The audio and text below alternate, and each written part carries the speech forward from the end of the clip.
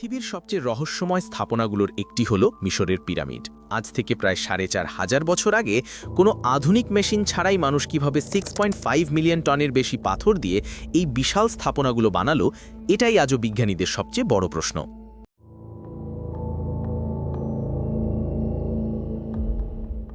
Pyramid নির্মাণ শুরু হয়েছিল ফারাও খুফুর আমলে। তখন মিশর ছিল শক্তিশালী সাম্রাজ্য, আর ফারাওদের ধরা হতো দেবতার মতো।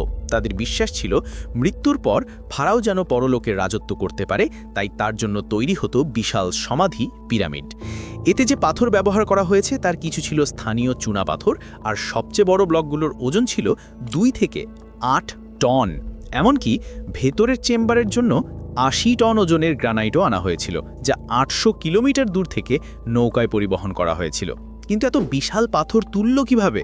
বিজ্ঞানীদের ধারণা, তারা লম্বা র্যাম্প বানাতো, যেগুলো দিয়ে শত শত শ্রমিক একসাথে দড়ি দিয়ে পাথর টেনে ওপরে তুলত। রোদে গরম বালুর কারণে ঘর্ষণ কমে যেত, তুলতে সুবিধা হতো। অনেকে মনে করেন তারা কাঠের স্লেজ আর পানির ব্যবহার করত, যাতে বালুর উপর দিয়ে পাথর সহজে স্লাইড করে। আরেকটা বড় ভুল ধারণা হলো পিরামিড নাকি দাস দিয়ে বানানো হয়েছিল, কিন্তু প্রত্নতত্ত্ব বলছে এসব বানিয়েছিল দক্ষ শ্রমিক, প্রকৌশলী শিল্পী আর হাজার হাজার ট্রেন্ড ওয়ার্কার, যারা রাষ্ট্র থেকেই পেত খাবার, পানি, চিকিৎসা, মানে পুরো টিম ওয়ার্ক। সবচেয়ে অবাক করা বিষয় হলো পিরামিড উত্তর, দক্ষিণ, পূর্ব, পশ্চিম দিকের সঙ্গে প্রায় নিখুঁতভাবে সোজা। বিজ্ঞানীরা মনে করেন তারা সূর্য আর নক্ষত্র দেখে দিক নির্ধারণ করত।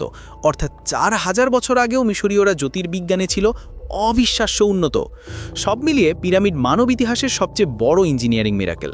আধুনিক ইঞ্জিনিয়াররা পর্যন্ত বলে, আমাদের কাছে যত প্রযুক্তিই থাকুক, ওরা যেভাবে এটা বানিয়েছে সেটা আজও পুরোপুরি কপি করা প্রায় অসম্ভব।